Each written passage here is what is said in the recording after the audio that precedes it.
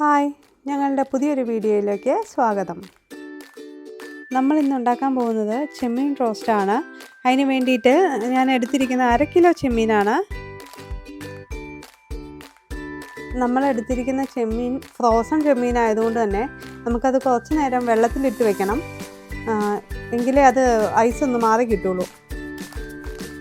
നമുക്ക് ആവശ്യമുള്ള 1/2 കിലോ ചെമ്മീൻ എടുത്ത് നമുക്കൊരു പാത്രത്തിലേക്ക് മാറ്റാം.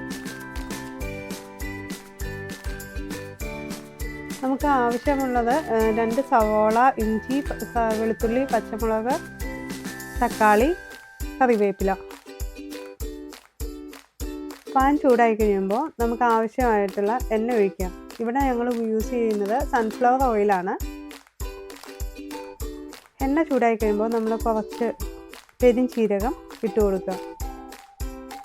ഞാൻ ആദ്യമൊക്കെ കുക്കിംഗ് ചെയ്യുന്ന സമയത്ത് എപ്പോഴും കടുകായിരുന്നു ഇട്ടുകൊണ്ടിരുന്നത്.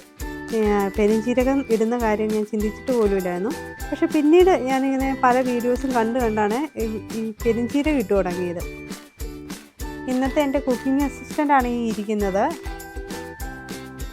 നമ്മുടെ പെരുംജീരകത്തിൻ്റെ കളറൊന്ന് ഇത്തിരി മാറി വരുമ്പോഴത്തേക്കും നമ്മൾ അരിഞ്ഞു വെച്ചിരിക്കുന്ന സവോളയും ഇഞ്ചിയും വെളുത്തുള്ളിയും കറിവേപ്പിലയും കൂടെ കൂടി അതിലേക്കിട്ട് നന്നായിട്ടൊന്ന് ഇളക്കിയെടുക്കുക.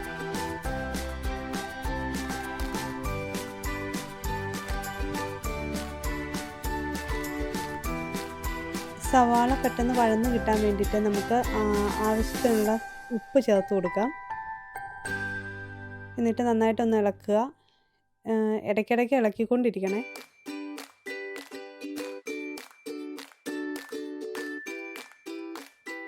ഉപ്പും മഞ്ഞൾപ്പൊടിയും ചേർത്തിട്ടുണ്ടെങ്കിൽ സവാള പെട്ടെന്ന് വഴന്ന് കിട്ടുമെന്നാണ് പറയുന്നത്.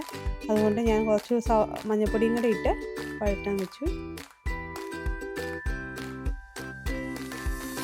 നമ്മുടെ സവാള ഒരു പകുതി വഴന്ന് വന്നു കഴിയുമ്പോൾ നമ്മൾ അരിഞ്ഞ് വെച്ചിരിക്കുന്ന തക്കാളി നമുക്ക് ഇതിലേക്ക് ആഡ് ചെയ്ത് കൊടുക്കാം.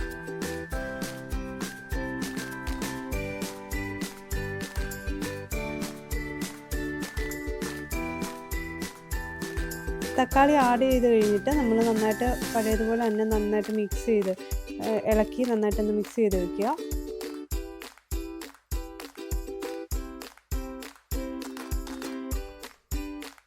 എൻ്റെ അസിസ്റ്റൻ്റ് വന്നിട്ടുണ്ട്. എന്തായെന്ന് അറിയാൻ വേണ്ടി വന്ന് നോക്കിയതാണ്.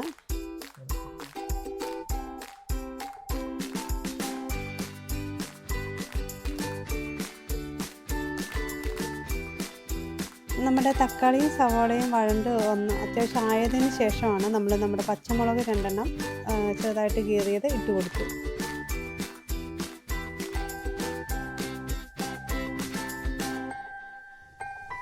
ഇനിയാണ് നമുക്ക് ആവശ്യമായിട്ടുള്ള പൊടി വർഗ്ഗങ്ങൾ എല്ലാം നമ്മൾ ഇടുന്നത്.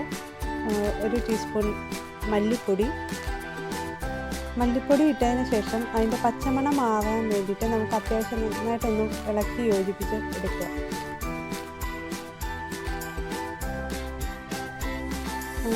നെക്സ്റ്റായിട്ട് നമ്മൾ ആഡ് ചെയ്യാൻ പോകുന്നത് കുറച്ച് ഫിഷ് മസാലയാണ്.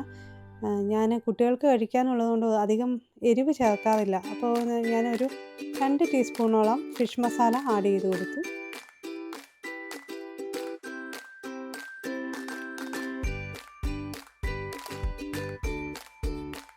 നമ്മൾ ഇട്ട് കൊടുത്ത മസാലകളുടെ എല്ലാം പച്ചമണം മാറി വന്നു കഴിയുമ്പോഴത്തേക്കും നമ്മൾ ക്ലീനാക്കി വെച്ചിരിക്കുന്ന പ്രോൺസ് നമ്മൾ അതിലേക്ക് ആഡ് ചെയ്ത് വെച്ച് കൊടുക്കുകയാണ്.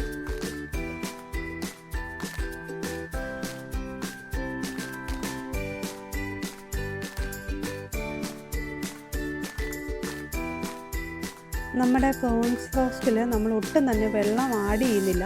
അതുകൊണ്ട് തന്നെ ഇത് നന്നായിട്ട് ഇളക്കി മിക്സ് ചെയ്തതിന് ശേഷം നമ്മുടെ ഫയർ കുറച്ചിടണം. മാക്സിമം കുറച്ചിടുക. ചെറു തീയിലിരുന്ന് ചൂടായാൽ മതി.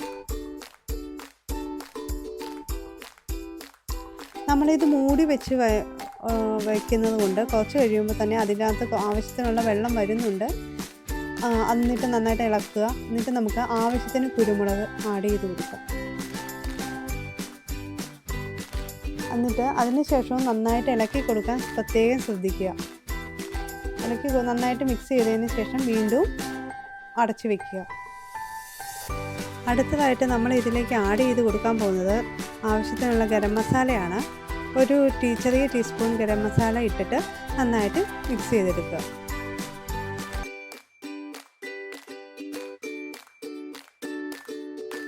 ഒരു ചെറിയ പുളി എടുത്തിട്ട് അത് അത്യാവശ്യം നന്നായിട്ട് കഴുകി ചെറിയ പീസുകളാക്കിയിട്ട് നമുക്ക് ഇതിനകത്തേക്ക് ഇട്ട് കൊടുക്കാം.